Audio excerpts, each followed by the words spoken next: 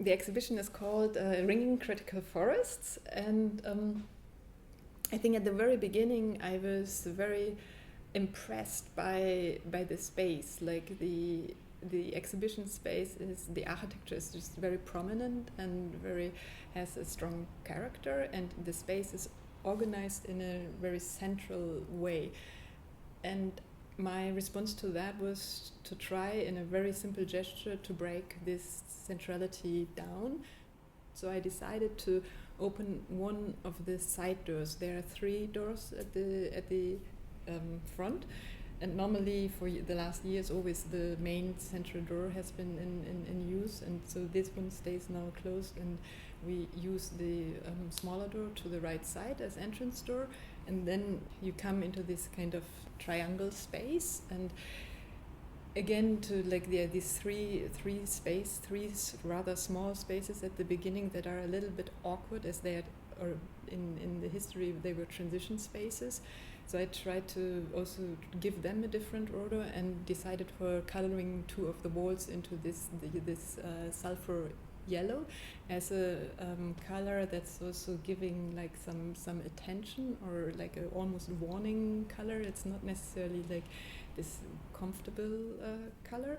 So this is creating a frame for towards these two spaces, bringing them together. And on these walls there are like the frottage of tree trunks. They are called shedding, so it's also like the taking one layer of the tree, like skinning the tree. The work in the center room that's most prominent is like it's called voiding tongues. These are columns that are made out of plaster. So they are made porous by these holes, and they the more holes they're in, the more destability is created. And the last one of these columns broke also, so the process was in the end successful. The number of 9 refers back to the muses, and like a lot of other works, like I am developing the works often in dialogue towards the work of other artists, and here in this case it's the work of Theresa Ha-Kyung-Cha, a Korean-American artist, and in her book Dictée, the chapters have the name of the 9 muses. So she refers in the text towards a column that is becoming porous, that is like becoming fluid. And the column is also referring back towards the body. The heights of these columns is also, it's I think 150 or 155. It's varying a little bit, but so there's also a reference as if you would almost stand to, if you would face another person. There's one work that's called Inscriptions. It's a series of drawings that refers back to a work of Hanne Darboven, and this series is also larger than the ones that are shown here in this exhibition, and they all refer back, or they are like redrawings of existing drawings by other, mainly female artists. And I think it's like the process of reading a work, but keeping creating an archive for myself, but also in the redoing of the work of someone else to create an inscription. And this line, or like enforcing a line, and this line, so to say, is in the exhibition also becoming 3-dimensional, and so it's like a rope, and this rope is in different textures present. Like one is a crochet work, like that I asked my mom to do.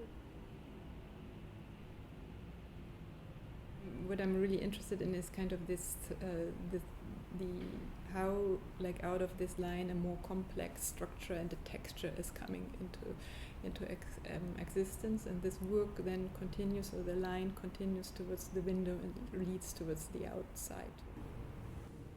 We have 2 situations in the exhibition where the inside is connected with the outside, and one is very literal in the exhibition itself, that there is a rope that goes to the outside across the street towards a chestnut tree. The other situation where the inside and outside comes together is like on the right side. There is the work living room. It's a carpet, like literally as the title is saying, like a carpet of a living room, a family home. And these trees, the frottage from the trees, they are standing in the surroundings of the house. So it's also giving there a portrait of the inside and the outside in tracing marks, like you see, like how time is captured in the worn of carpet, and there is like the trees that are, of course, they have also marks they carry from what happened in nature over the time. And there's this another work, it's an animation of frottage from the floor of the apartment where I'm living and working now. So that is basically the floor. It's a parquet floor, so you see like what is happening to the trees after they have been cut. So it's like also again like the same material but used in a very, or shown in a very different way. And the frottage were made like the ones on the yellow wall, but then like they were pinned to the wall, and the wind came through, and I photographed these movements and animated that afterwards. So, but I think I'm interested in this moment of instability, or where something that seems to be stable and that is created as a continuity is breaking down, or is showing like its own vulnerability.